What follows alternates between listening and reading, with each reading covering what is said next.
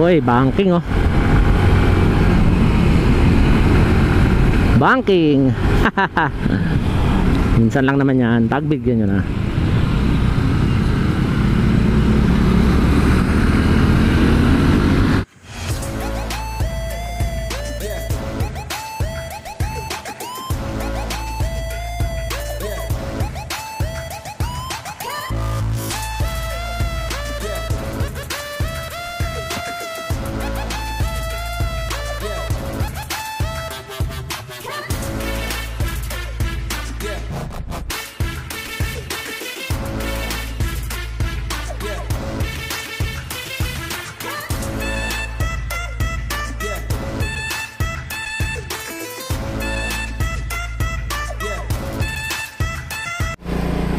So, good morning mga paps. So, pupunta tayo ngayon sa Antipolo.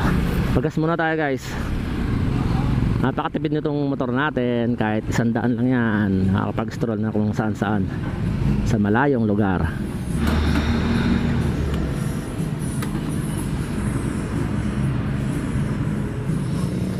Sandaan.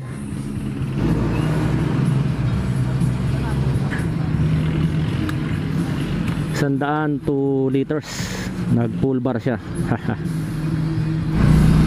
Tara na, let's go.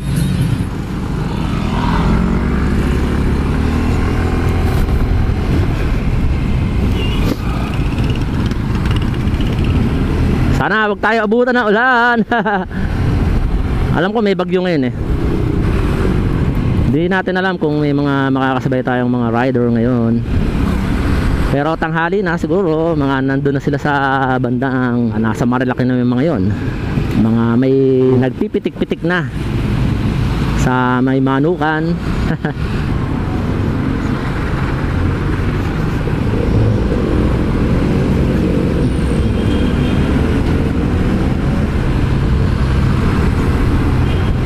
Medyo malamig yung panahon.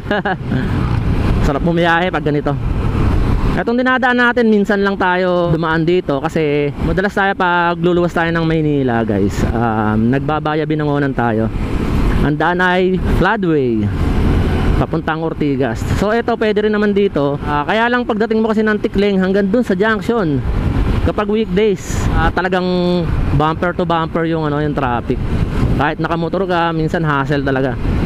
Hindi ka guys, pag nagbinangonan ka via floodway, moving ang sasakyan guys, medyo mabilis, tsaka madaling sumingit-singit doon. Hindi ka guys sa Ortigas Avenue, may mga bike lane na kasi kaya imbis na makasingit sa gilid, papasok ka ng bike lane, so bawal pumasok doon.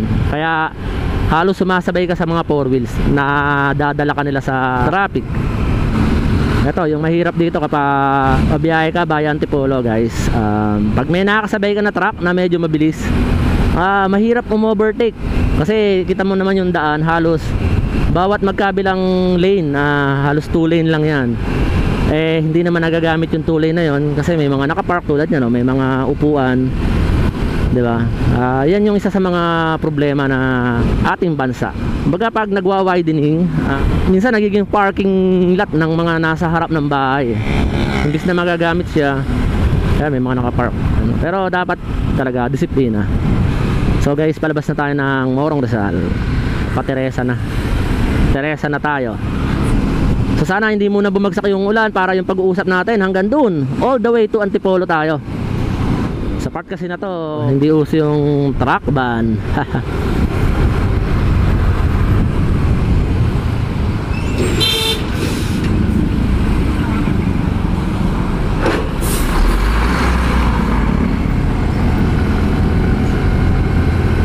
Tatamaan niya tayo yung tricycle na nakabalagbag. Ito pa, bagong labas. Katapos lang natin ma-overtake yung isang truck, may bagong labas naman. Kasi guys, dito sa bandang Teresa na yan, may factory ng mga semento dyan. Yung Rizal Cement ba yun? Ganun. Kaya minsan talagang pag oras ng labasan ng mga truck, magde-deliver na sila. Paka-traffic. Lalo sa madaling araw, naranasan ko yun isang beses.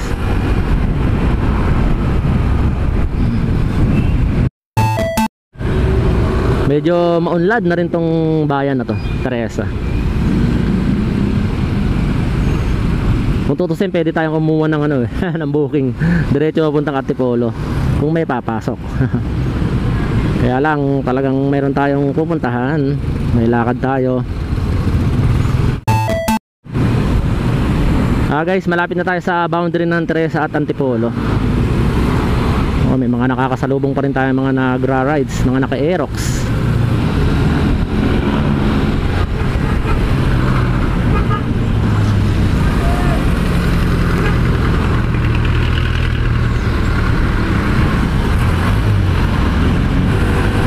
So ito na guys, boundary na tayo ng Teresa at Antipolo. Simula na rin ang zigzag road.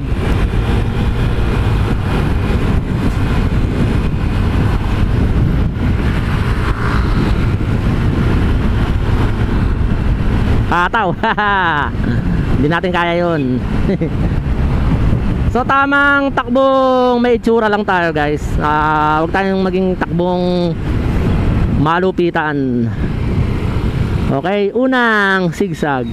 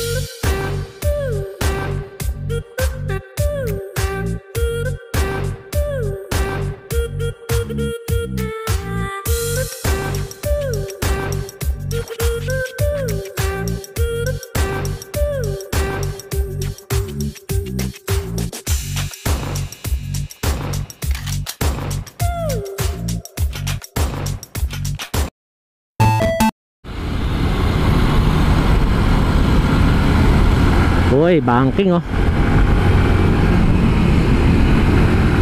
Banking. Minsan lang naman yan. Pagbigyan nyo na.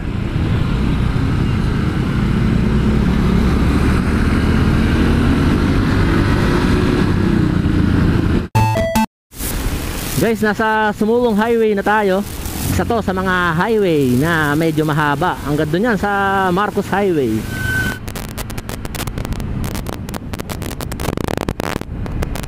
So medyo maluwag pa ang kalsada. Ayan guys, so yung kalsada sa kabila pag rush hour, grabe yan. Hanggang doon sa may crossing. Sarap bumiyahe kapag ganito. So guys, enjoy the ride.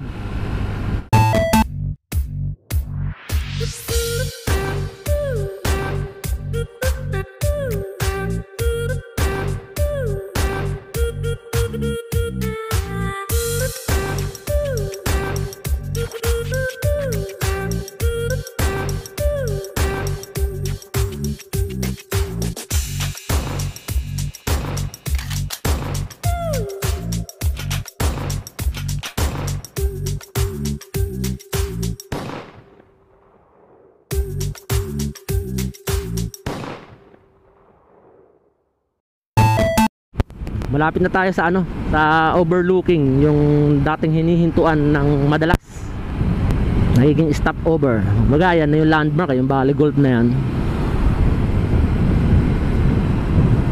Diyan yun guys, so yan yung may nakaparadang pickup, mga nag-overlooking. Kita mo yung Metro Manila.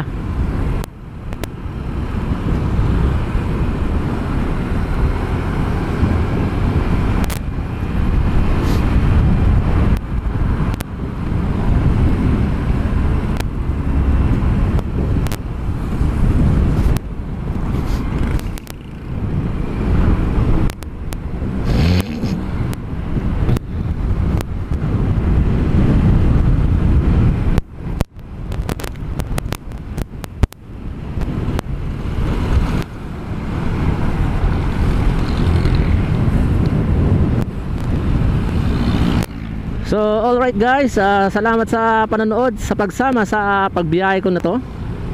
Pinapaalala ko lagi, kung hindi ka pa nakasubscribe sa channel ko, please subscribe, like and share my video. Korea Motovlog po. At lagi ko pinapaalala, bago tayo malis ng bahay, magdasal po tayo at magbaon lagi ng dobleng pag-iingat.